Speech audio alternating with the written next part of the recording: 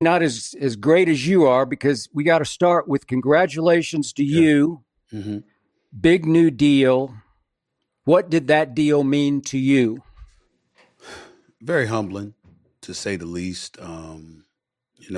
Very few people on the planet Earth know, my story better than you.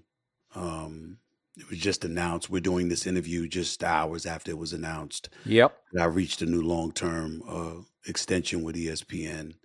And, you got to start back to the origins and where it all began. And it all began with you.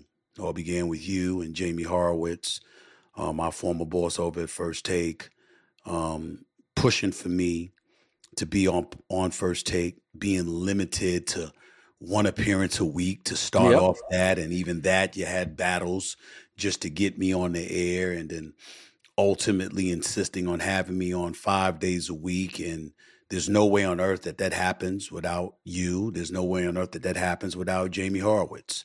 And so it starts there.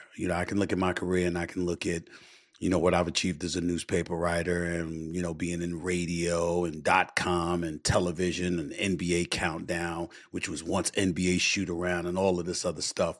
But we all know, to be in the position that I'm in today, to sign the kind of a contract that I signed today, it doesn't happen if it were not for First Take. And First Take never happens if it was not for Skip Bayless and Jamie Horowitz. And so I'm forever grateful.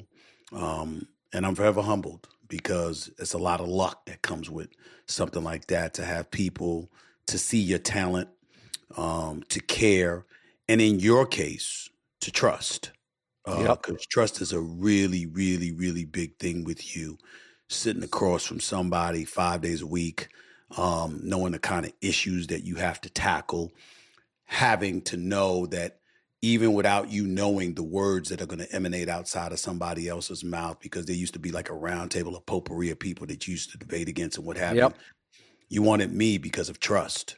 And, the fact that you knew that there was going to be somebody that would bring the same energy, the same fervor, but most importantly, you knew that they weren't going to try to undermine you while doing so. That was a very important thing. You always have emphasized that to me. And I've taken that with me for the rest of my career. So I thank you, my brother. I truly do. I appreciate those words. I wanted you because, to start with, you have the greatest gift of gab. That's what I call it. Just the gift on television I have ever encountered or worked opposite of or played off of. Mm-hmm.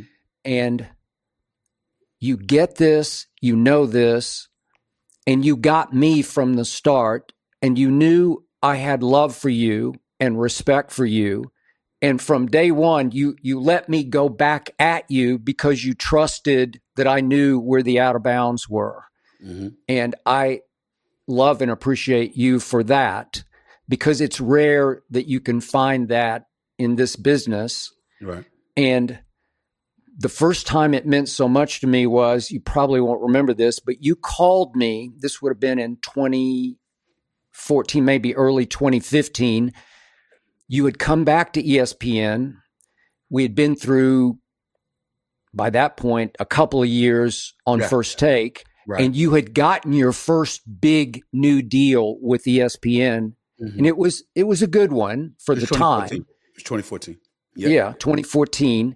And I was you called me. I was on my way back to New York from Bristol to see my now wife, Ernestine, like a big sister to you. Yeah. And I was just so happy for you, because you had worked so hard to get that deal. And now you've worked even harder, and you've taken it up and up and up, and you've done nothing but great things for the state of this industry that we're in.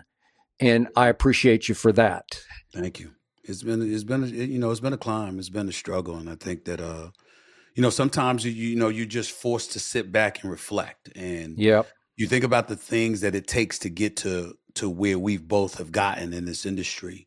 And there's so many things that's misunderstood. There's so many things that people don't see. There's so many things that are said and stigmatized about us being in the chair. I mean, you got our boy Dan LeBroN blaming us for the industry, for crying out loud. You got stuff like that going on. And, we come from a journalistic background. And so we have opinions.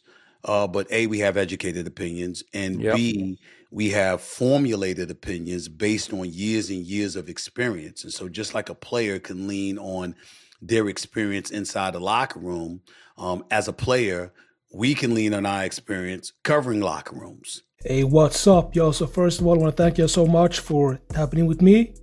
And the clip I do show y'all, that was Skip Bayless and Stephen A. Smith. They decided to do an interview. And in this interview, as y'all heard, Stephen A. Smith, he admitted that Skip Bayless is, a big part of his career. He even admitted that Skip Bayless is the reason why he was able to reach the highest that he has been reaching.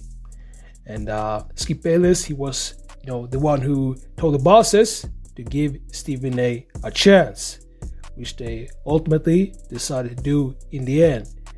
And Stephen A. Smith, he has definitely been able to do good for himself because he signed a contract that was worth more than $100 million.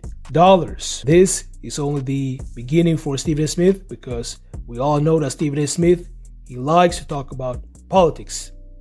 But lately, he has gotten flack for that. So, for example, he decided to talk about Trump, that he liked some of the things that Trump was doing. And when he did that, all these, newspapers did a hit piece on Stephen A. Smith. And he decided to fall back. But I actually believe that he's going to be talking about, more about politics.